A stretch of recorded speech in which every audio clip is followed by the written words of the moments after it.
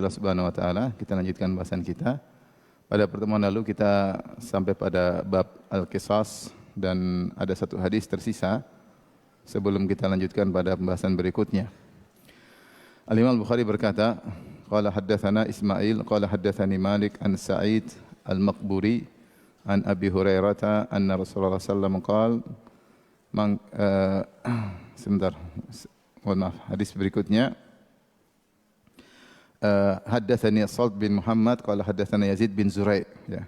Dari Yazid bin Zurai', kemudian dia membacakan firman Allah, wa naza'na ma fi sudurihim min ghillin, dan kami mencabut dari hati mereka segala kedengkian. Kami cabut dari dada mereka segala kedengkian. Surat Al-A'raf ayat 43. Demikian juga dalam surat Al-Hijr Allah sebutkan juga tentang ayat ini. Kemudian qala haddatsana Sa'id.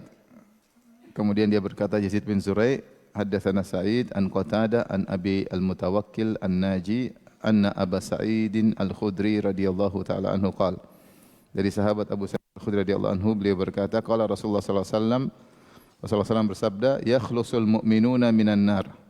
Orang-orang beriman selamat dari neraka Jahannam.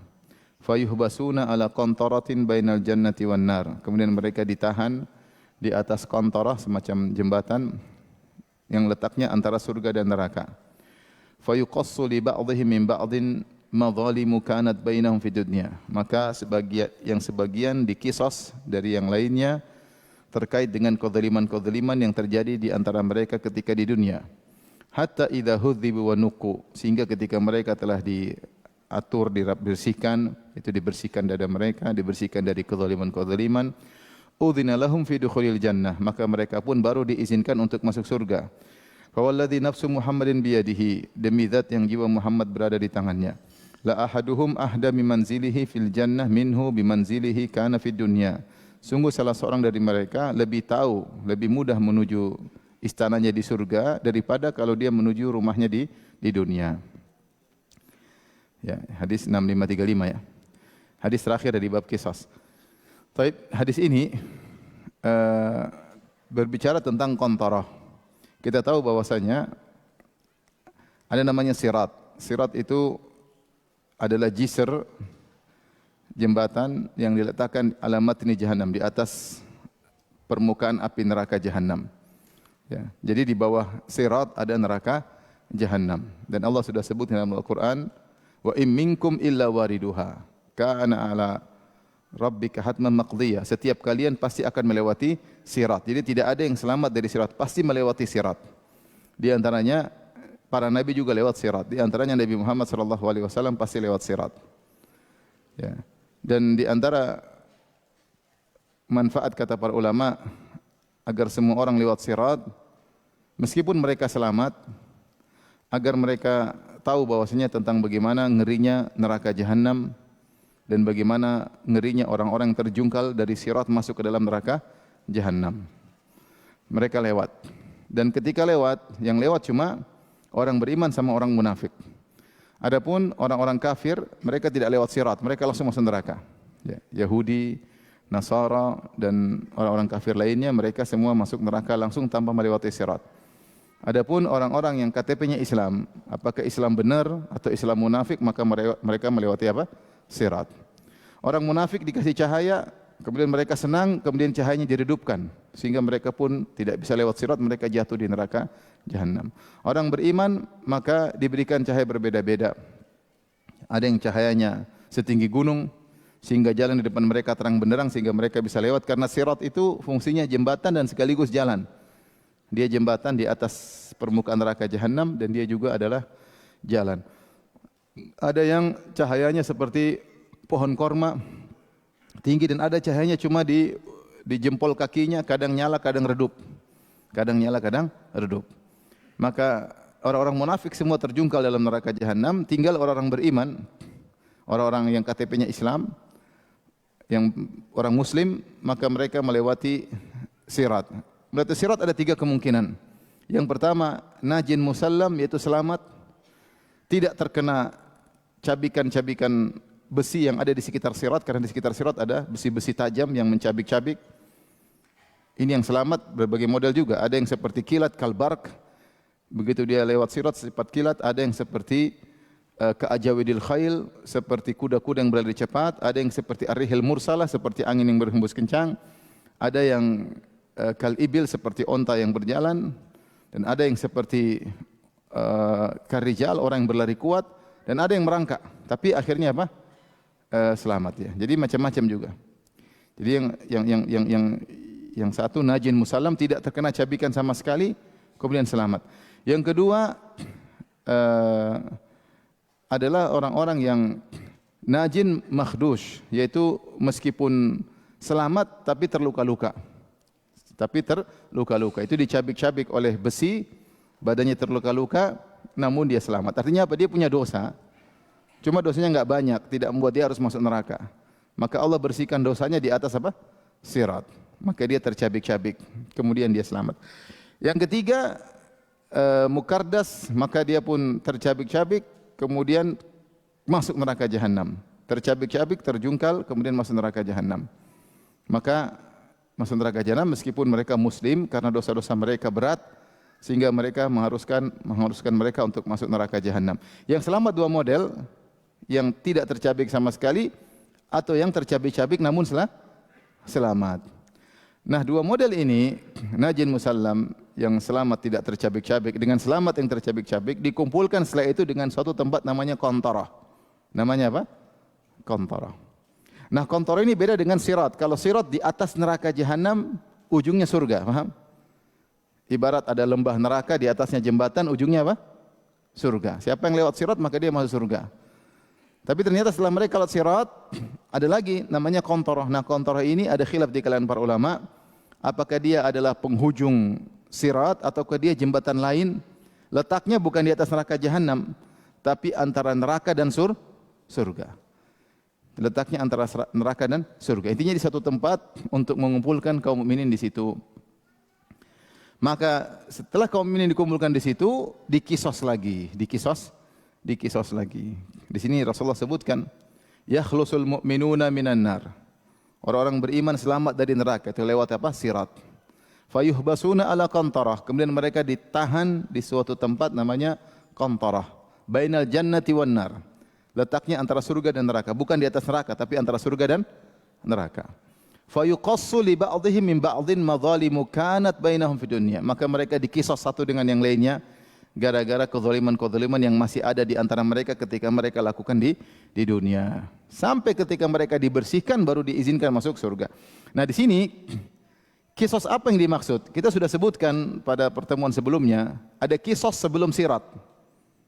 Sebelum sirat ada namanya apa? Kisos. Ada kisos, kemudian hisab. Dan kita sudah sebutkan yang pertama di kisos masalah darah. Awwalu ma yuqda bainan nas fid dima, yang pertama kali Allah hukum atau Allah sidang di antara manusia adalah masalah apa?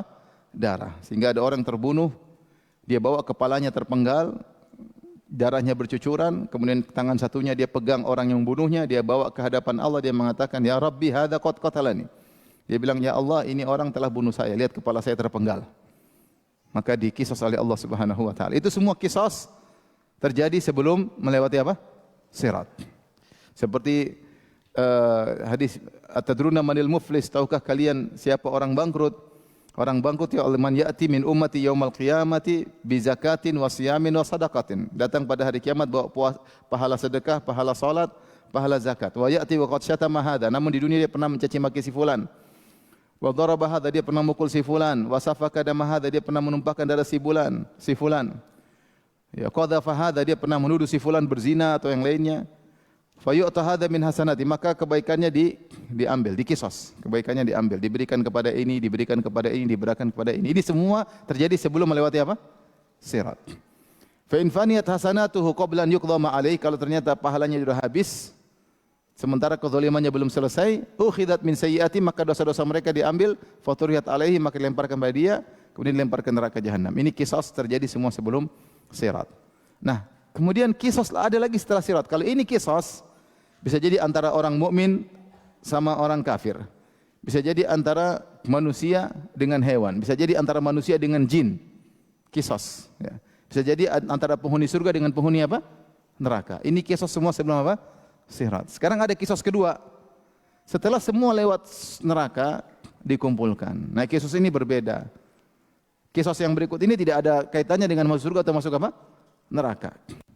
Maka khilaf di kalangan para ulama, apa kisos kedua yang dimaksud di Qantarah ini? Apa bedanya dengan kisos yang pertama? Apa bedanya kisos yang pertama? Maka dijelaskan oleh para ulama, kisos yang kedua ini ada dua pendapat. Pendapat pertama mengatakan kisos yang kedua sama dengan kisos pertama, tapi hanya berlaku di antara kaum mukminin yang semuanya bakalan masuk surga dan hanya tinggal sisa-sisa kecil. Jadi ketika mereka disidang oleh Allah di sebelum sirat saling dikisos, maka Allah sisakan sedikit. Nanti Allah lanjutkan lagi di Qantarah. Kenapa Allah lanjutkan lagi? Dengan harapan kalau sudah semua lewat sirat, semua merasa pasti masuk surga. Tidak ada lagi, semuanya pasti masuk surga. Sehingga kalau ada masalah sedikit mereka ampuni, sudah enggak usah ya Allah. Yang penting saya sudah pasti masuk apa? Surga. Paham? Misalnya ada orang berkelahi antara tetangga, ribut sampai tikam-tikaman sampai dan masalah besar. Ada masalah-masalah kecil. Setelah dikisos masalah-masalah besar selesai, ada persoalan kecil Allah sisakan. Paham?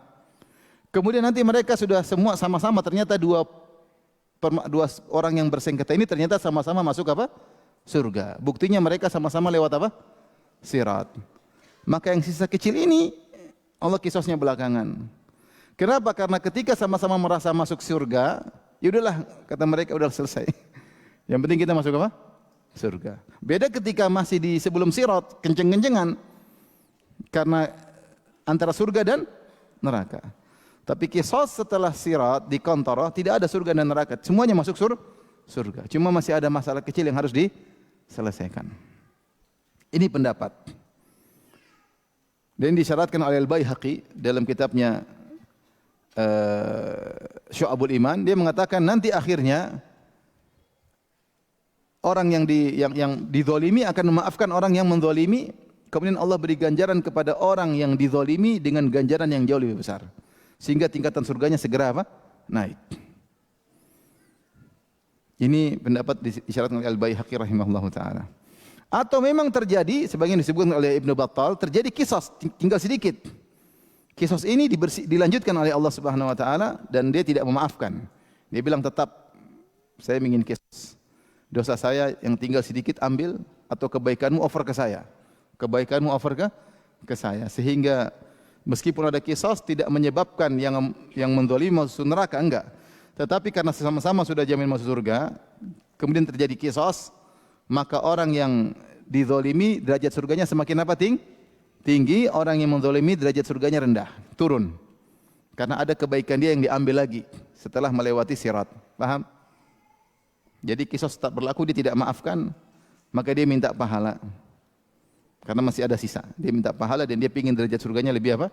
Lebih tinggi. Ini pendapat menyatakan bahwasanya terjadi kisos, tapi modelnya tidak melazimkan masuk surga atau neraka di Qantarah.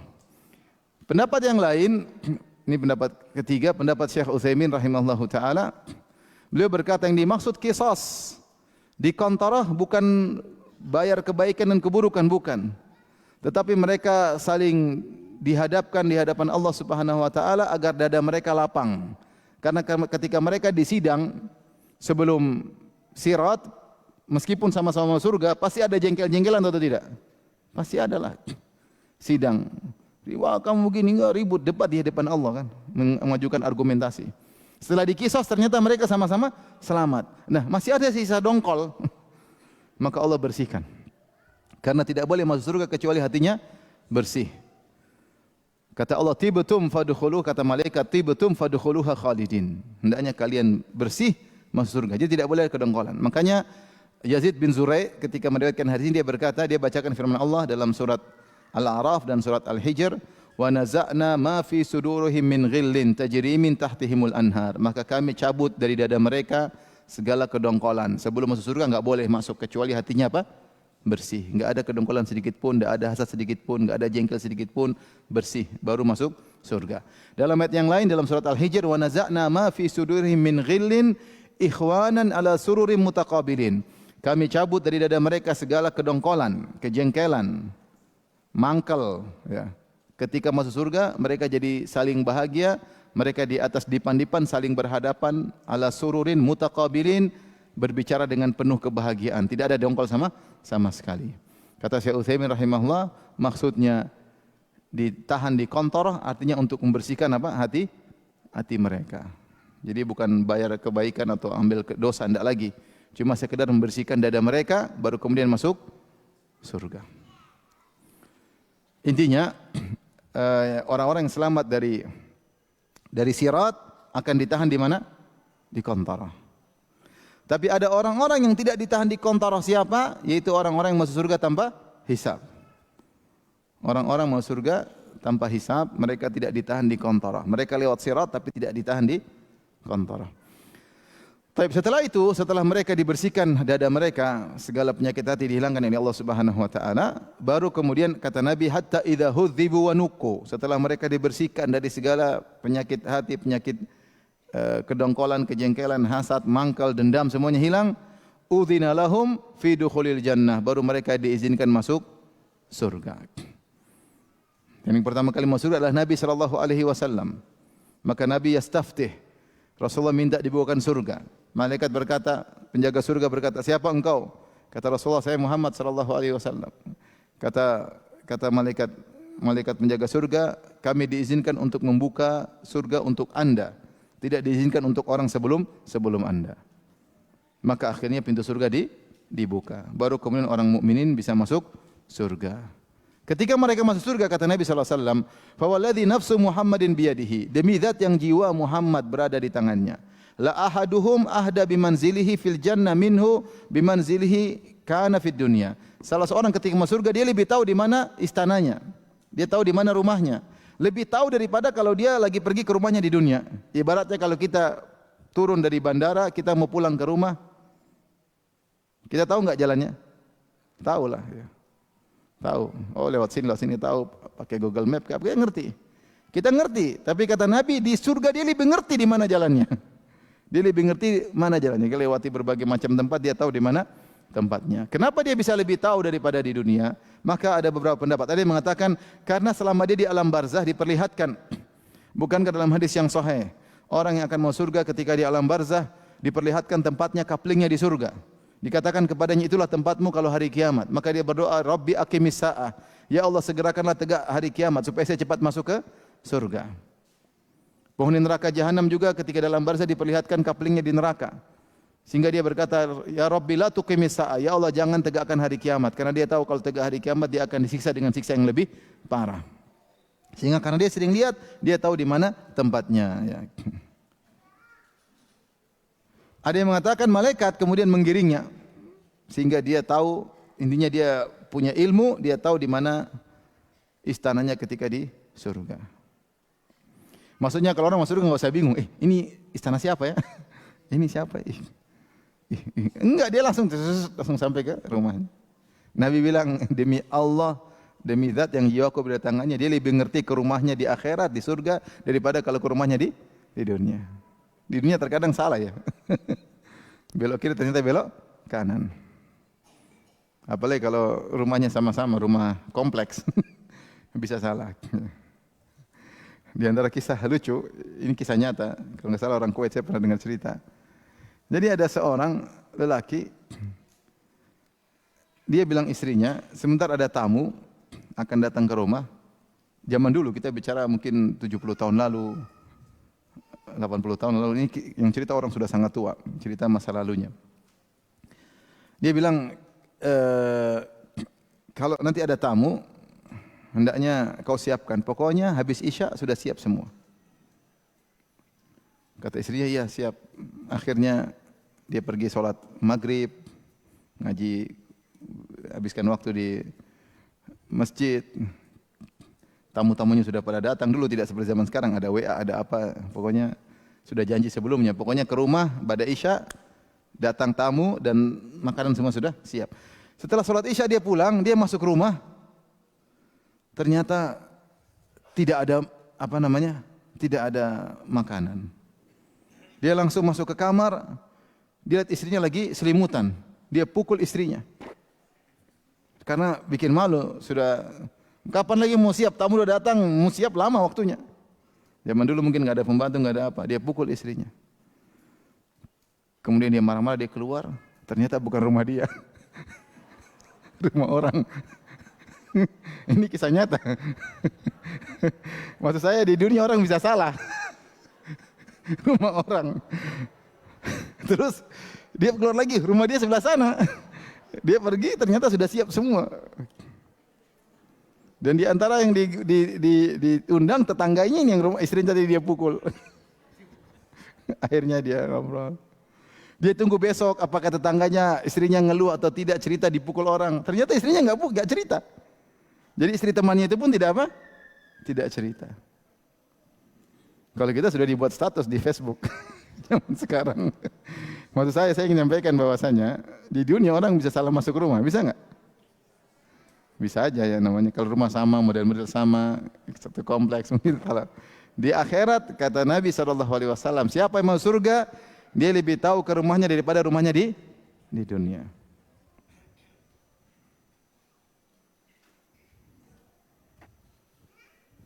Menakjubkan, yang menakjubkan kenapa istri tetangganya itu tidak cerita sama suaminya.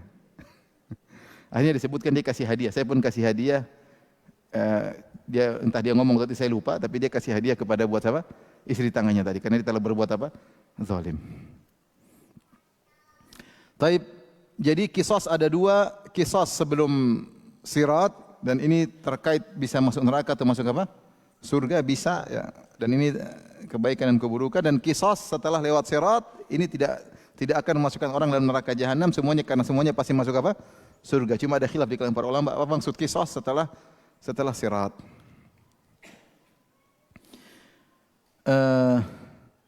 Pendapat yang terakhir tadi kan kita sebutkan 3 pendapat. Ya, pendapat pertama dimaafkan ya kan. Allah ganti lebih. Pendapat kedua bayar-bayaran, tapi tinggal surga lebih tinggi atau surga lebih rendah. Pendapat ketiga maksudnya maafkan. Pendapat keempat ada yang berpendapat meskipun pendapat ini kurang kuat, dia mengatakan yang ditahan itu maksudnya adalah orang-orang kaya. Orang-orang kaya ditahan. Ya, orang-orang kaya ditahan karena orang kaya pasti ada masalah di dunia. Pasti banyak harta yang belum dia tunaikan. Karena orang semakin banyak harta, kewajiban dia terhadap harta semakin banyak, ya tidak? Kita misalnya miskin, ada saudara kita yang miskin, kita enggak bertanggung jawab karena kita enggak mampu, paham? Tapi ketika kita jadi kaya, dia miskin, kita kewajiban untuk membantu dia. Seorang keluarga, dia miskin, bapak ibunya miskin, dia tidak wajib untuk membantunya karena dia enggak mampu. Yang wajib bagi dia adalah menafkahi dirinya dan menafkahi anak istrinya lebih utama, lebih didahulukan daripada menafkahi kedua orang tuanya. Tapi ketika dia jadi kaya dan orang tuanya miskin, maka wajib bagi dia menafkahi apa? Kedua orang tuanya. Paham? Sama kalau kita enggak punya apa-apa, tetangga kita lapar, ya sama-sama lapar. Tapi ketika kita kaya, wajib bagi kita untuk menafkahi apa? Atau menghilangkan rasa lapar daripada tetangga.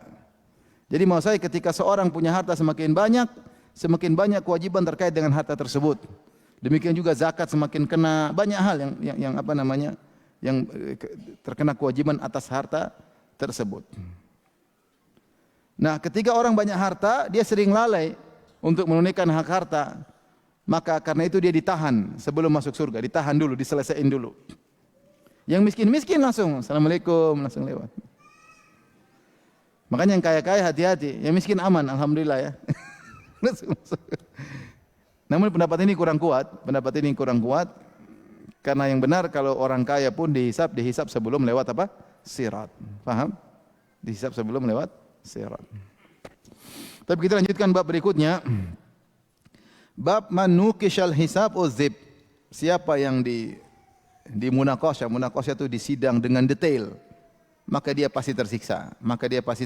Tersiksa. Jadi secara singkat saya ingin jelaskan bahwasanya hisab ada 2 model. Hisab ada dua model. Hisab yang pertama disebut dengan al-ard. Al-ard itu maksudnya pemaparan. Pemaparan maksudnya apa? Yaitu Allah hanya bilang, ya fulan, bukankah kau pernah melakukan maksiat ini? Kata dia, pernah ya Allah. Dia akui. Kau pernah melakukan maksiat ini? Kata dia, pernah ya Allah. Kau pernah melakukan maksiat ini? Pernah ya Allah. Dan dia sampai merasa dirinya akan binasa. Allah mengatakan, waqad satartuha alaika fid dunya wa ana aghfiru lakal yaum. aghfirha lakal yaum. Dulu waktu di dunia saya sembunyikan, orang enggak ada yang tahu maksiat-maksiatmu ini, dan sekarang saya ampuni engkau, kemudian dimasukkan surga. Jadi Allah tidak detail. Allah hanya sebutkan sampel-sampel tentang dosa-dosa yang pernah dia lakukan. Setelah itu Allah maafkan dan Allah masukkan dalam surga. Namanya al-ard. Disebut dengan hisaban yasiran, hisab yang ringan. Yang di antara doa Nabi dalam salatnya, Allahumma hasibni hisaban yasiran. Ya Allah, hisablah aku dengan hisab yang ringan. Yang Allah berfirman dalam Al-Quran, فَأَمَّا مَنْ أُوتِيَ كِتَابَهُ بِيَمِينِهِ فَسَوْفَ يُحَاسَبُ حِسَابًا يَسِيرًا. Adapun orang yang menerima catatan amal dengan tangan kanannya, maka dia akan dihisab dengan hisab yang ringan. Yang ringan tadi tidak detail, tidak ada istiqsa, tidak ada al-munaqashah. Hanya sekedar Allah paparkan, disebut al-ard. Setelah Allah paparkan, kemudian Allah maafkan. Allah katakan dulu di dunia saya sembunyikan dosa-dosamu, enggak ada yang tahu. Istrimu pun juga tidak tahu. Sekarang aku ampuni engkau di akhirat, maka dia dimasukkan dalam surga. Ini namanya al-ard, ini disebut hisab yang ringan. Seorang berusaha masuk surga tanpa hisab. Kalaupun dia tidak bisa masuk surga tanpa hisab, maka dia berharap dihisab dengan hisab yang ringan. Tentu yang terbaik adalah masuk surga tanpa hisab. Di antara doa yang Nabi ajarkan kita bilang, Allahumma hasibni hisaban yasiran. Ya Allah, hisablah aku dengan hisab yang ringan. Yang kedua namanya munaqashah. Munaqashah yaitu detail. Allah paparkan dengan detail. Tidak ada satupun yang terlewatkan. Kecil maupun besar dinampakkan. Disidang dengan setiap perbuatan yang dilakukan. Kenapa kau melakukan demikian? Disidang oleh Allah Subhanahu wa taala. Dihisab dengan hisab yang berat. Semua ditanyakan oleh Allah Subhanahu wa taala, perkara yang besar sampai perkara yang kecil. Ini kalau orang dihisab dengan cara seperti ini, uzib, maka dia akan disiksa. Kata para ulama, disiksa dengan dua model. Pertama, ketika diungkapkan secara detail, itu siksaan tersendiri.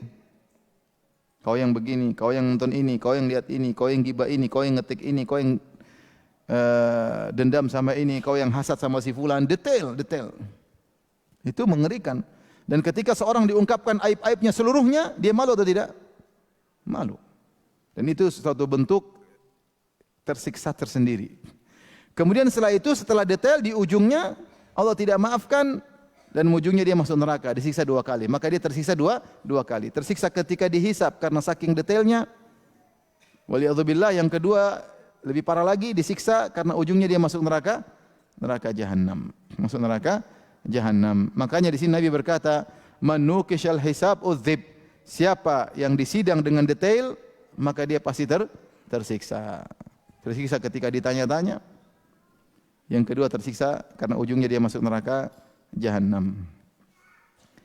Tapi kita bahas, Al-Imam Al-Bukhari berkata, babu man nuqishal hisab udzib.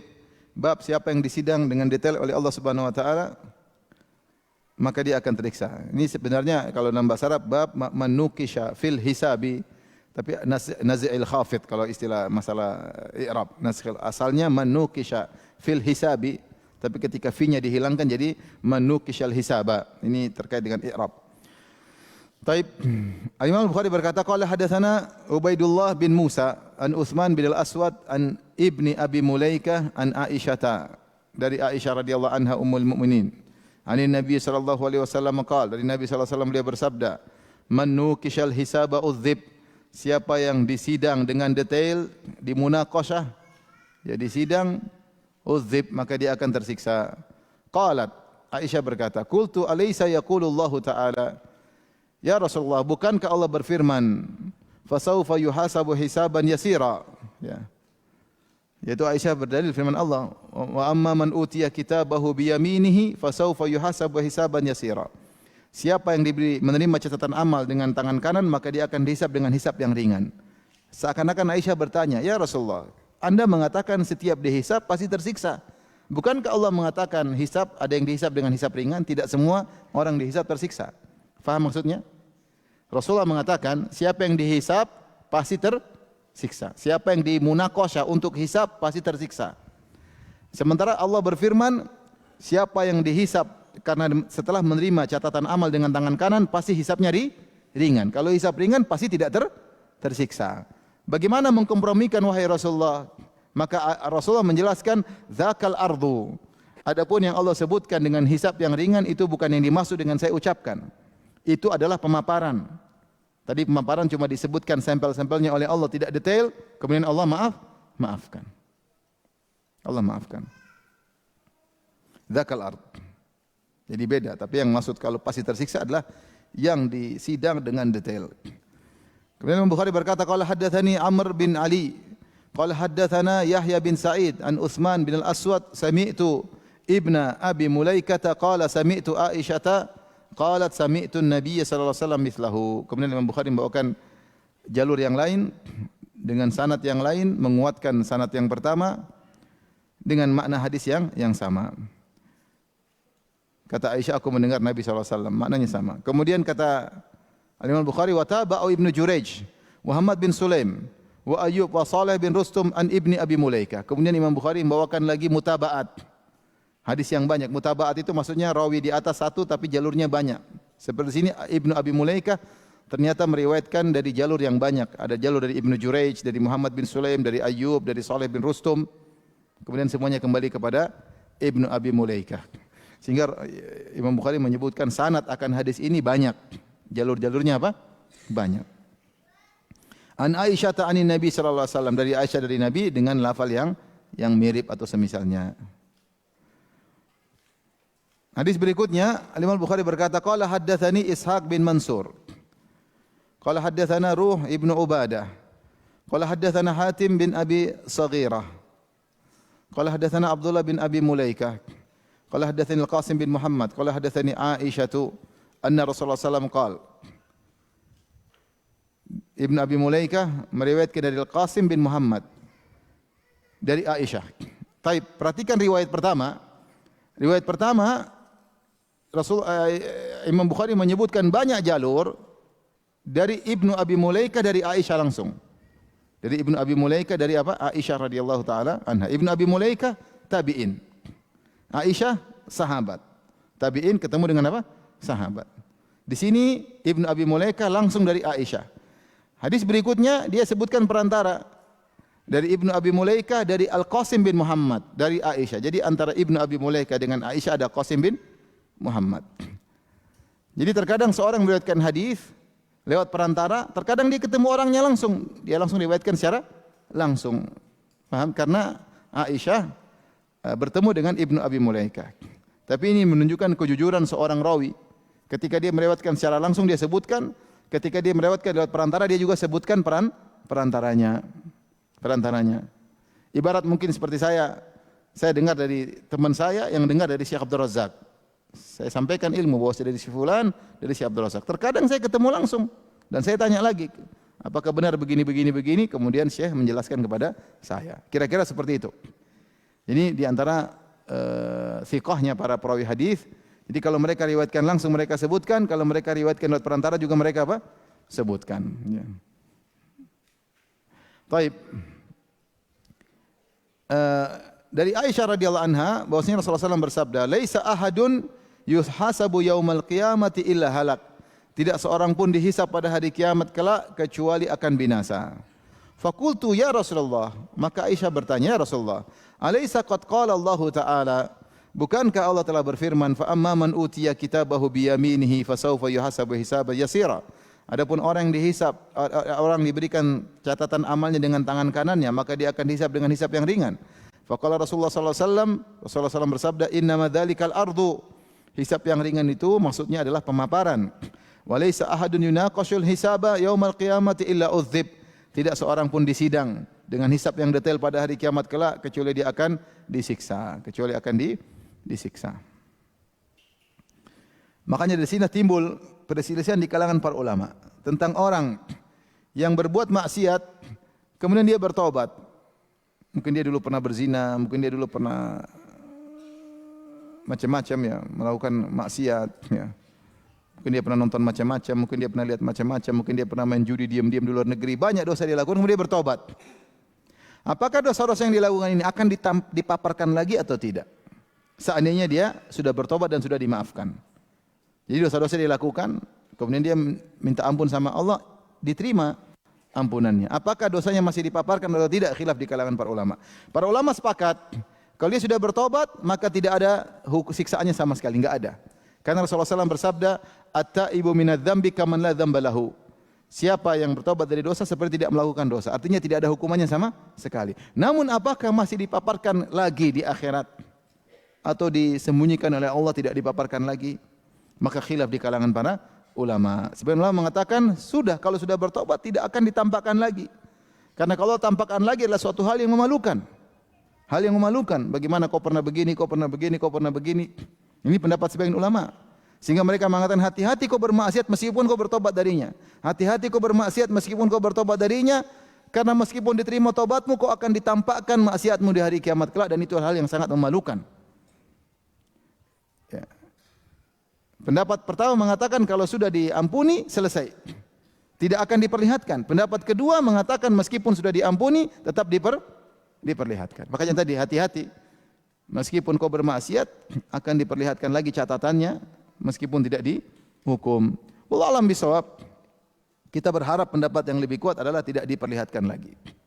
Karena di antara nama-nama Allah adalah Al-Afu. Al-Afu maknanya di antaranya menghilangkan jejak dan bekas. Al-Afu, ya. Sehingga kalau seorang sudah bertobat, selain diampuni oleh Allah, ditutupin, juga dibersihkan sehingga tidak ada jejaknya sama sekali. Karena kalau meskipun kita sudah bertaubat masih ditampakkan oleh Allah maksiat yang kita lakukan, itu hal yang sangat memalukan. Hal yang sangat memalukan. Meskipun antara kita dengan Allah saja dan tidak ada orang lain. Nah, bagaimana lagi dengan pelaku maksiat yang Allah terkadang bongkar, Allah hisab mereka di hadapan khalayak. Kita dapat dalam sebagian hadis, Allah sidang sebagian orang di hadapan khalayak. Allah permalukan dia di hadapan apa? Khalayak. Waliyadzubillah. Dan Allah tidak ampuni dia. Mengerikan. Baik, jadi dari sini kita ambil kesimpulan bahwasanya hisab ada dua model. Hisab yang pertama adalah pemaparan, hisab yang kedua adalah dengan detail. Kalau pemaparan itu pertanda bahwasanya Allah hanya menyampaikan sampel-sampel, tidak semuanya, kemudian Allah ampuni. Kemudian Allah ampuni. Adapun kalau Allah sudah detail, ini pertanda bahwasanya dia akan tersiksa di neraka Jahannam. Dan di antara perkataan yang indah dari Syekh Utsaimin rahimahullahu taala, beliau berkata, "Falau naqashana Allahu al-hisaba la halakna, li'anna ni'matan min ni'amihi tutihu bi jami' a'malina." Kata Syekh Utsaimin, kalau setiap kita dihisab, dimunaqashah oleh Allah dengan cara detail, kita semua akan binasa. Kenapa? Karena setiap kenikmatan yang Allah berikan kepada kita tidak bisa dibayar dengan seluruh amalan kita. Kita dikasih kenikmatan luar biasa, mau dibayar dengan amalan apa? Kenikmatan pandangan, kenikmatan mendengar, kenikmatan kebahagiaan, banyak sekali kenikmatan. Amal soleh yang kita lakukan tidak bisa untuk membayar kenikmatan dunia yang kita dapatkan, apalagi kenikmatan di akhirat. Maka kalau kita dihisab secara detail, kita tidak bakalan mampu dan kita akan binasa. Oleh karena di antara rahmat Allah Subhanahu wa taala, Allah menghisab kepada kaum mukminin dengan al-ard, dengan hisab yang ringan, dengan dikasih sampel-sampel saja, tidak seluruhnya, kemudian Allah ampuni. Allah kasih sampel-sampel sedikit itu supaya seorang hamba semakin bersyukur kepada Allah, semakin bersyukur kepada Allah Subhanahu wa taala bahwasanya banyak dosa-dosa hamba yang di dunia Allah tutupi, yang orang tidak tahu, ya. Kemudian di akhirat Allah hanya perlihatkan antara Allah dengan dia.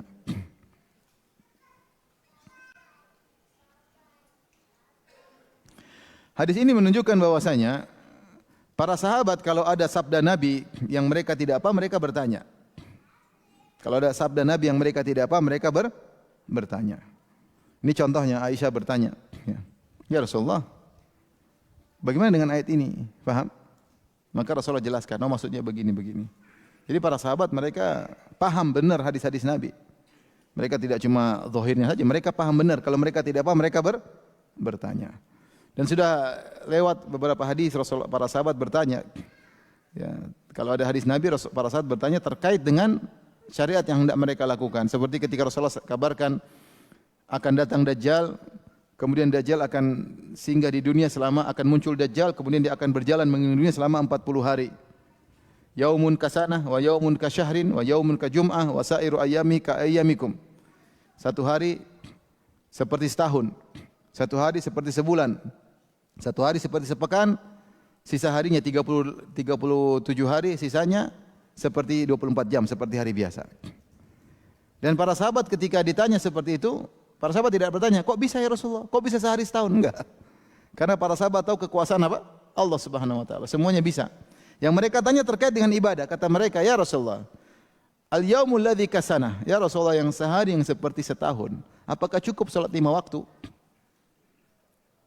Karena kan cuma bukan sehari, bukan 24 jam, sehari semalam. Tapi sehari semalam 365 hari. Nah, apakah kita sholat cuma 5 waktu aja? Kata Rasulullah, bukan, tetapi perkirakan. Setiap 24 jam sholat 5 waktu, meskipun siang. Setiap 24 jam ada sholat duhur, ada sholat asar, sholat maghrib, sholat isya, sholat subuh. 24 jam berikutnya juga tetap 5 waktu. Maksud saya para sahabat tidak bertanya, gimana ya, kok bisa setahun sama dengan sehari sama dengan apa? Setahun. Karena itu enggak, kepo itu enggak penting. Yang mereka pentingkan kalau kita dapati hari tersebut, bagaimana cara ibadah kami, itu yang penting. Itu cara yang penting yang mereka tanyakan. Qadarullah, kemarin saya ditanya sama satu orang, saat saya mau dapat tugas di luar negeri, siang cuma 45 menit. Siang cuma 45 menit. Ini sholatnya gimana Ustaz?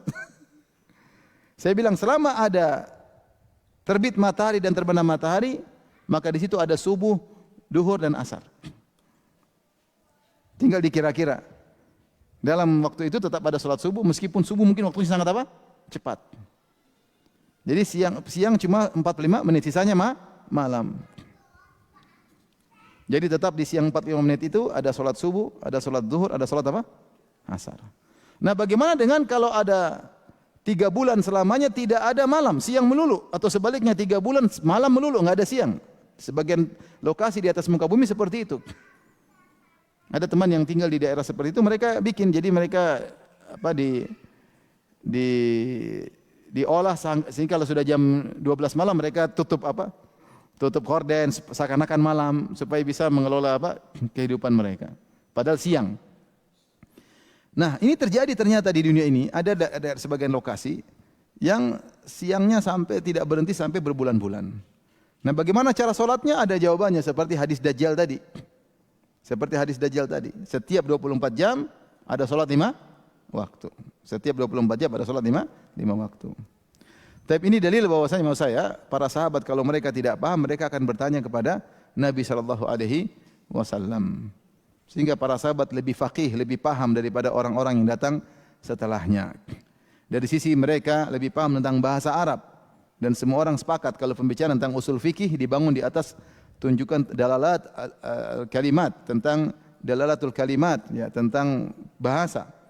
Dan yang lebih pakar bahasa adalah para sahabat. Dan mereka hidup di zaman Nabi SAW dan mereka lebih paham maksud-maksud dari Nabi SAW.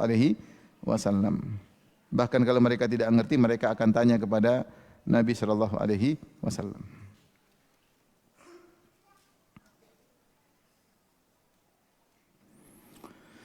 Taib, hadis berikutnya, Al-Imam Bukhari berkata, qala hadatsana Ali bin Abdullah, qala hadatsana Mu'adz bin Hisham, qala hadatsani Abi an Qatadah an Anas anin Nabi sallallahu alaihi wasallam. Dari Anas bin Malik dari Nabi sallallahu alaihi wasallam. Tahwil, qala hadatsani Muhammad bin Ma'mar, qala hadatsana Rauh bin Ubadah, qala hadatsana Sa'id an Qatadah, qala hadatsana Anas bin Malik radhiyallahu anhu, anna Nabiy sallallahu alaihi wasallam kana yaqul. Dari Anas bahwasanya Rasulullah SAW bersabda, yuja'u bil kafiri yaumal qiyamah. Didatangkan orang kafir pada hari kiamat kelak. Fayuqal, ini contoh munaqasyah di sidang. Ini dalil bahwasanya orang kafir juga dihisab. Orang kafir juga dihisab, orang kafir juga dimizan. Ada yang berkata, Ustaz, ngapain orang kafir dihisab, kan pasti masuk neraka? Benar, orang kafir pasti masuk neraka, tapi mereka dihisab untuk tahu level nerakanya di mana. Karena neraka bertingkat-tingkat. Jadi mereka juga dihisab, mereka juga dimizan. Di antaranya Rasulullah berkata, yuja'u bil kafir yaumal qiyamah, maka orang kafir dihadirkan pada hari kiamat kelak. Fayuqalu lahu, maka dikatakan kepadanya, ditanyakan, ara'aita law kana laka mil'ul ardi dhahaban akunta taftadi bihi, seandainya kau punya emas sebesar bumi ini, apakah kau akan menebus dirimu dari neraka jahanam? Kau akan menebus dirimu? Kata dia, "Na'am, tentu. Siapa yang tidak ingin selamat dari neraka jahanam? Meskipun emas sebesar bumi, saya akan sumbangkan semua untuk menyelamatkan diri dari neraka jahanam." Fa yuqalu lahu, maka dikatakan kepadanya, "Qad kunta su'ilta ma huwa aisaru min dzalik." Sungguh kau telah diminta lebih ringan daripada itu. Dulu kau tidak diminta untuk masuk surga dengan bayar emas sebesar bumi. Kau hanya diminta untuk salat, taat kepada Allah Subhanahu wa taala. Kalau ada zakat pun cuma sedikit, kalaupun kau kaya. Maka kata Allah, qad kunta su'ilta ma huwa aisaru min dzalik. Kau dulu diminta lebih ringan daripada ini. Yawaddul mujrimu law yaftadi yawma idzin bi bani wa sahibatihi wa akhihi wa fasilatihi allati tu'wi wa man fil ardi jami'an thumma yunji. Allah sebut dalam Al-Qur'an, orang mujrim, para pendosa yang masuk neraka pada hari kiamat kelak, akalnya sudah enggak beres, dia pikir yang penting selamat. Dia mengatakan seandainya dia bisa menebus dirinya dengan istrinya, dengan anak-anaknya, dengan orang tuanya, dengan seluruh kabilahnya, bahkan semua manusia di bumi masuk neraka enggak apa-apa, yang penting dia masuk apa? Surga. Jangankan harta emas sebesar bumi, bapaknya, ibunya, istrinya, anak yang sangat dia cintai masuk neraka enggak ada masalah, yang penting saya selamat. Jangankan bapak, ibu, anaknya semua, sekeluarganya, kabilahnya, manusia di atas muka bumi semua masuk neraka enggak ada masalah. Karena neraka sangat pedih. Maka Allah ingatkan, dulu kau diminta jauh lebih ringan daripada ini. Ringan, cuma salat 5 waktu, ya. Taat kepada Allah, tinggalkan hal yang dilarang. Kalau ada pun zakat cuma 2,5%, sedikit, enggak banyak. Bukan emas sebesar bumi. Namun penyesalan tiada guna. Penyesalan tiada guna.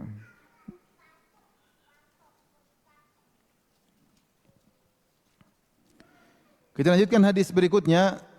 Imam Al-Bukhari berkata, jadi tadi contoh tentang munaqasyah, Allah sidang orang kafir. Contoh Allah sidang orang mukmin, contohnya seperti apa? Contoh seperti kisah 3 orang yang riya. Di antaranya kata Nabi SAW, "Awwalu man yuqda bainan nas thalatha." 3 orang yang pertama kali Allah sidang 3 orang. Yang pertama yang mati syahid. Rajulun ustusyhid, seorang mati syahid. Yang kedua ustad. Yang ketiga dermawan. Lihat bagaimana cara orang sidang. Ya. Fa utiya bihi rajulun ustusyhid, seorang mati syahid, maka Allah hadirkan dia. Fa arrafahu ni'amahu, ini cara sidangnya. Allah ingatkan nikmat-nikmat yang Allah berikan kepada dia. Orang mati syahid berarti apa? Jago pedang, mungkin jago panah, jago tembak, jago naik kuda, berani, badan kuat, sehat, lengkap sebagai seorang mujahid. Fa'arafaha, Allah ingatkan, dia ingat semuanya. Pertanyaan berikutnya, wa ma amilta fiha, apa yang kau lakukan dengan nikmat-nikmat tersebut? Ini namanya sidang. Ini semua detail, semua ditanya. Apa yang kau lakukan dengan kecerdasanmu, kekuatanmu, kelihayanmu, mainkan pedang, keberanianmu, ya. Kata dia, qataltu fika hatta susyid, saya berperang karena engkau ya Allah sampai saya mati syahid. Kata Allah, kadzabta, kau dusta. Walakin qatalta liyuqal annaka jari, tapi kau berperang supaya kau dikatakan pemberani, jagoan, supaya jadi pahlawan, supaya dikenang. Kau niatnya itu. Wa qad qil, dan telah dikatakan tujuanmu berhasil. Orang semua kenal engkau sebagai jagoan. Fa umira bihi fa suhiba ala wajhihi hatta ulqiya finnar. Maka Allah perintah malaikat untuk menggeret orang ini, digeret di atas wajahnya, kemudian lempar di neraka jahanam. Ini contoh. Allah sidang dengan detail. Yang kedua, rajulun ta'allamal ilma wa 'allamahu wa qara'al Qur'an. Seorang yang belajar ilmu agama dan mengajarkannya dan mengajarin Al-Qur'an, punya sanad, punya gelar dalam bidang agama, ahli agama, punya hafalan Quran, hafalan hadis. Allah ingatkan nikmat-nikmat yang Allah berikan kepada dia. Kira-kira ustaz apa kenikmatan padanya? Cerdas ya mungkin ya, pandai berorasi, kuat hafalan, mungkin suara indah ketika melantunkan Al-Qur'an, mudah memahami dan macam-macam. Fa'arrafahu ni'amahu fa'arafaha. Allah ingatkan nikmat-nikmat yang pernah Allah berikan pada dia dan dia ingat semua. Pertanyaan berikutnya, wa ma amilta fi? Apa setiap nikmat ini apa yang kau sudah lakukan pada nikmat tersebut? Kata dia, qara'tu fikal Qur'an wa 'allamtu. Ya Allah, saya baca Quran karena Engkau ikhlas dan saya mengajarkan juga karena Engkau ya Allah. Saya mengajarkan agama, saya dakwah karena Engkau ya Allah, tidak mencari apa-apa, semua karena Engkau. Kata Allah, kadzabta, kau dusta. Walakin liqal annaka alim, tapi kau melakukan semua supaya kau dikatakan orang alim. Supaya orang tahu kau orang alim, supaya orang cerdas, orang pintar, kau pamerkan kecerdasanmu. kau pamerkan ilmu agamamu, kau pamerkan guru-gurumu, kau pamerkan hafalanmu, kau pamerkan sanatmu, kau pamerkan semua supaya dikatakan orang alim. Wa yuqal annaka qari, supaya dikatakan kau adalah ahli baca Quran. Wa qad qil, dan tujuanmu telah terpenuhi. Semua orang kenal kau adalah ahli baca Quran. Semua orang kenal kau sebagai ahli agama, orang pintar. Tsumma umira bihi, kemudian diperintahkan oleh Allah Subhanahu wa taala, fasuhiba ala wajhi, kemudian digeret oleh malaikat di atas wajahnya, hatta ulqiya finnar, sampai pada neraka jahanam. Yang ketiga, rajulun atahu Allahu min asnafil mali kulli, seorang yang Allah berikan segala jenis harta. Sawah ladang mungkin kalau zaman dulu, ya mungkin properti, mobil mewah, kalau ibu-ibu tas-tas bagus. Semua dia punya harta. Emas perak, ATM banyak, kartu ATM. Ditanya, wa ma amilta fi, apa yang kau lakukan? Kata dia, ma min sabilin tuhibbu an yunfaqa fiha illa anfaqtu fiha. Ya Allah, tidak ada satu jalan pun yang kau ingin aku infak kecuali saya infak. Untuk anak yatim, untuk para janda, untuk orang fakir miskin, untuk ibnu sabil, untuk masjid, untuk pondok, untuk dakwah. Semua jalan kebaikan saya bantu. Karena engkau ya Allah, kata Allah, kadzabta, kau dusta, walakin yuqal annaka jawad. Tapi kau melakukannya supaya kau dikatakan adalah dermawan. Dan telah dikatakan masuk neraka. Ini contoh, maksudnya Allah menghisap. Allah menyidang. Ya. Jadi yang disidang bukan cuma orang kafir, orang beriman juga disidang. Hadis berikutnya, Imam Bukhari berkata, qala haddatsana Umar bin Hafs, qala haddatsana Abi, qala haddatsani Al-A'mash, qala haddatsani Khaitsamah, an Adi bin Hatim qala qala Nabi sallallahu alaihi wasallam, Rasulullah SAW bersabda, "Ma minkum min ahadin illa wa sayukallimuhu Allahu yaumal qiyamah." Tidak seorang pun kecuali Allah akan berbicara dengannya pada hari kiamat kelak. Laisa bainallahi wa bainahu turjuman. Tidak ada penterjemah antara dia dengan Allah. Tidak ada ahli bahasa. Tidak ada ahli bahasa, tidak ada ahli alih bahasa. Antara dia dengan Allah langsung, bicara langsung. Yaitu Allah hisab dia. Ini contoh lagi bagaimana orang dihisab. Fala yara syai'an qaddamahu. Dia tidak melihat, summa yanzur fala yara syai'an qaddamahu, summa yanzur baina yadayhi fastaktabilhun nar. Maka dilihat ke depan, dia tidak melihat sesuatu pun di depannya. Kemudian dilihat lagi, ternyata di depan dia ada neraka jahanam. Faman istata'a minkum an yattaqiyan nar walau bisyiqqi tamrah. Siapa yang di antara kalian mampu untuk menghalangi dirinya dari neraka jahanam meskipun dengan sepenggal korma, maka lakukanlah. Dalam riwayat yang lain, hadis berikutnya, qala al-A'mash, qala haddatsani Amr wa an Khaitsamah, Amr an Khaitsamah an Adi bin Hatim, dari hadis Adi bin Hatim radhiyallahu anhu, qala Nabi sallallahu alaihi wasallam, Rasulullah SAW bersabda, ittaqun nara, jagalah diri kalian dari neraka jahanam, yaitu lindungilah diri kalian dari neraka jahanam. Tsumma arada wa asyah, kemudian Rasulullah SAW berpaling dan memalingkan wajahnya. Asyah itu ada makna di antaranya membalik, ada maknanya adalah serius, ada maknanya adalah memalingkan wajah dari sesuatu yang dia tidak sukai. Seperti ada api kemudian dia malingkan. Ini namanya asyah. Tsumma qala ittaqun nar, kemudian Rasulullah berkata, bertakwalah, jagalah diri kalian dari neraka jahanam. Tsumma arada wa asyah thalathan, kemudian Rasulullah berpaling dan memalingkan wajahnya sampai 3 kali. Hatta dhananna annahu yanzuru ilaiha, sampai kami menyangka Rasulullah sedang lihat api neraka karena dia balikan wajahnya terus 3 kali. Tsumma qala, kemudian Rasulullah berkata, ittaqun nar walau bisyiqqit tamrah, jagalah diri kalian dari neraka jahanam meskipun hanya sekedar sedekah dengan sepenggal korma. Faman lam yajid fa bi kalimatin thayyibah. Siapa yang tidak mendapati apa yang bisa dia sedekahkan, tidak ada harta sama sekali meskipun sepenggal korma, maka hendaknya dia berkata-kata yang baik. Di sini Rasulullah SAW sebutkan dalam 2 hadis ini. Yang pertama, Rasulullah jelaskan bahwasanya setiap kita pasti akan dihisab oleh Allah tanpa ada penterjemah, langsung. Allah berbicara dengan kita, ya. Tentu dengan bahasa yang Allah kehendaki, yang penting Allah berbicara dengan kita. Yaitu dihisab dan disidang. Setelah itu, setelah orang tersebut disidang, laisa bainahu wa bainahu turjuman, tidak ada penterjemah antara dia dengan dia. Tsumma yanzuru fala yara syai'an qaddama, kemudian dia melihat, dia tidak lihat apa-apa di depan dia. Dalam riwayat Muslim, fayanzuru aymana minhu fala yara ila ma qaddam. Dia lihat sebelah kanan, tidak ada yang dia lihat kecuali amal yang pernah dia lakukan. Wa yanzuru asma'a minhu fala yara ila ma qaddam, dan dia lihat sebelah kiri, dia tidak dilihat kecuali apa yang amal yang dilakukan. Semua amal terbuka di hadapan dia. Sebelah kanan semua amal. Dia mau berpaling enggak bisa. Allah sedang hisab dia. Ini amalanmu, ini amalanmu. Mungkin di sebelah kanan amal kebaikan, mungkin sebelah kiri amal keburukan. Wallahu a'lam bishawab. Tapi semua dia lihat. Tsumma yanzuru baina yadayhi, kemudian di depan dia fatastaqbiluhun nar. Di depan dia ternyata ada neraka jahanam. Ini semua hisab terjadi sebelum sirat. Sebelum apa? Sirat. Sidang ini semua terjadi sebelum sirat. Jadi semua data dan file terbuka semuanya. Semua terbuka, Allah perlihatkan. Nah, dia lihat ke depan, dia lihat ternyata ada neraka. Apa maksudnya dilihat ke depan dia ada neraka jahanam? Ada yang mengatakan maksudnya orang ini setelah dihisab ternyata dia penghuni neraka jahanam. Maka dia ingin lari, ternyata depan dia jalan menuju neraka. Enggak ada jalan lain. Jalan yang mau dia tempuh akan mengantar dia kepada neraka jahanam.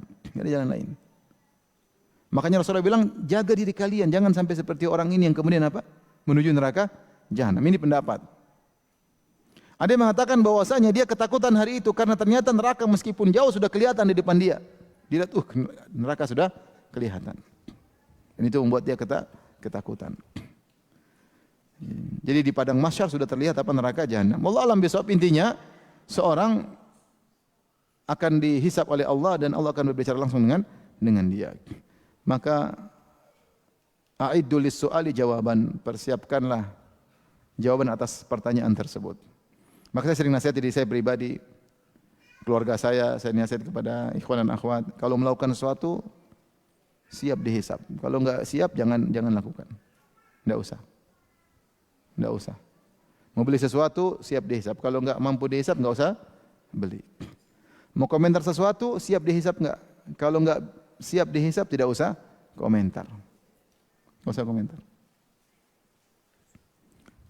Mau nonton sesuatu siap dihisab. Kalau enggak siap dihisab enggak usah nonton. Ibu nonton film Korea siap dihisab? Siap enggak? Kalau siap nonton aja enggak ada masalah. Kalau enggak siap jangan coba-coba. Ibu-ibu angkat suara depan suami siap dihisab? Kalau siap silakan angkat suara. Kalau enggak siap jangan. Bapak-bapak nengok istri orang siap dihisab?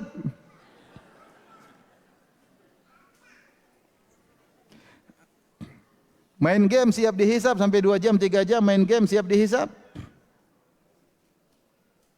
Kalau siap silakan. Kalau enggak siap enggak usah. Satu sudah terlanjur, ya istighfar. Siapa di antara kita tidak bermaksiat? Siapa di antara kita tidak bermaksiat? Nonton bola jam 2 malam siap dihisab? Sampai sholat subuh lewat, ditunda gara-gara finalnya jam pas qomat. Siap dihisab? Siap, silakan. Karena umur kita akan dihisab, waktu kita akan dihisab. Masalah besar hisab ini ya. Oleh karenanya sering-sering kita berhenti dulu sebelum ikdam, sebelum kita melanjutkan. Kalau tidak siap enggak usah macam-macam ya. Macam-macam. Dalam usaha juga demikian. Orang nawar sesuatu, ini ada usaha gini. Menurut kita syubhat, siap dihisab? Enggak usah, rezeki masih banyak jalan. Banyak jalan. Saya masalah ibadah. Antum misalnya haji dengan visa ziarah, siap dihisab? Padahal visa ziarah dilarang untuk berhaji. Siap dihisab? Kalau siap, bismillah. Silakan. Haji dengan visa kerjaan, visa pekerja. Sebagian akhirnya harus ngaku mau kerja di sana, padahal tidak. Siap dihisab? Haji dimulai dengan kebohongan? Siap? Siap. Ya udah hajian aja. Haji dengan beli visa percepatan, mengambil jatah orang-orang reguler. Siap dihisab? Kalau siap, tafadhal silakan. Kalau enggak usah. Banyak kita dagang kita ini, kalau kita nipu orang, kita sembunyikan barang orang, akan ditanya. Allah akan tanya. Maka ikhwan dan akhwat yang rahmatillah subhanahu wa ta'ala, semua yang kita lakukan Hendaknya kita renungkan sejenak, sebentar aja. Siap dihisap, bismillah. Kalau enggak siap, jangan. Saya ketemu kawan, dia pakai jam mahal, ratusan juta. Saya bilang, saya siap dihisap Ustaz. Ya udah, silakan. Dia bilang begitu depan saya. Saya siap dihisap Ustaz. Oke, lanjut. Saya cuma ingatin aja, kalau siap, silakan. Ya. Mungkin dia kerjaannya sebagai apa yang butuh. Seperti itu saya enggak tahu. Tapi dia bilang, saya siap dihisap. Dia ngomong gitu ketika sedang haji. Masya Allah. Top, silakan kata saya. Orang beda-beda. Ya. Yang penting, mau apapun kalau siap dihisap, lakukan. Kita ini kadang-kadang enggak mikir. Kadang-kadang enggak mikir. Artinya bapak-bapak, jangan sampai lihat pacar lama, buka internet, pacar lama saya gimana sih? Siap dihisap enggak? Ketahuan istri aja enggak berani dihisap istri. Apalagi dihisap Allah Subhanahu wa taala. Kalau istri tahu siap jawab enggak? Enggak bisa jawab. Kamu lihat apa itu? Enggak ini amat. Enggak bisa jawab. Belum yang hisap Allah Subhanahu wa taala, yang hisap istri aja kita bingung jawabnya. Udah gelagapan. Itu siapa? Teman lama. Kok dilihat? Coba jawabnya gimana? Punya hubungan khusus dulu. Udah. Oleh karena seorang waspada, kita semua bukan antum aja, saya juga pembicara juga harus waspada. Setiap apa yang kita lakukan hanya kita renungkan sejenak sebelum kita dihisap oleh Allah Subhanahu wa taala. Dan ini dalil bahwasanya agar selamat dari neraka di antara amalan yang terbaik adalah dengan bersedekah, Kalau kita punya harta banyak, silakan sedekah banyak. Kalau kita punya harta sedikit, maka sedikit tapi yang penting min kasbin thayyib. Dalam riwayat kata Nabi, dengan kasbin thayyib, dengan harta hasil yang halal. Meskipun sedikit, Allah akan terima dan kemudian Allah akan besarkan sebagaimana salah seorang dari kalian ngurusin kudanya. Kuda kecil diurusin sampai besar. Yang penting dari hasil yang halal. Kalau hasil haram tidak akan diterima. Innallaha thayyibun la yaqbalu illa thayyiban. Allah Maha baik, tidak menerima kecuali dari yang baik-baik pula. Sebagian orang dia melakukan maksiat, kemudian dia bersedekah dengan hasil haram untuk melegalkan maksiatnya. Ada sebagian orang germo, punya tempat lokalisasi, terus dia bikin masjid. Seakan-akan kalau dia masjid sudah halal untuk terus melanjutkan apa? Germonya tersebut. Tidak ada. Ada orang punya instansi riba, kemudian dia bikin masjid besar, seakan-akan nih hasil riba bisa bikin masjid. Tidak ada ceritanya. Ini justru bahaya. Sampai orang sebenarnya mengatakan bahaya, dia tahu harta haram, kemudian dia sengaja untuk bersedekah, seakan-akan dia mengejek Allah. Apalagi dengan niat untuk melegalkan maksiat yang dia lakukan. Sebagian kerjanya hanyalah nyogok sana, nyogok sini, kemudian dia buka rumah tahfidz. Dia menyangka dengan dia membuka rumah tahfidz, kemudian sogok-sogokan jalan terus aman. Tidak. Hasil haram tidak akan diterima oleh Allah Subhanahu wa taala. Hasil sedikit tapi halal. Allah akan besarkan hasil tersebut. Tapi Ustaz, miskin enggak punya apa-apa. Sebagian kita miskin. Sebagian saudara kita miskin. Di sini masih banyak orang miskin. Kita kalau lihat kasihan ya. Kemarin hujan aja, lihat ada orang, Masya Allah, bawa gerobak, jualan anaknya dalam gerobak tersebut, kena hujan. Subhanallah.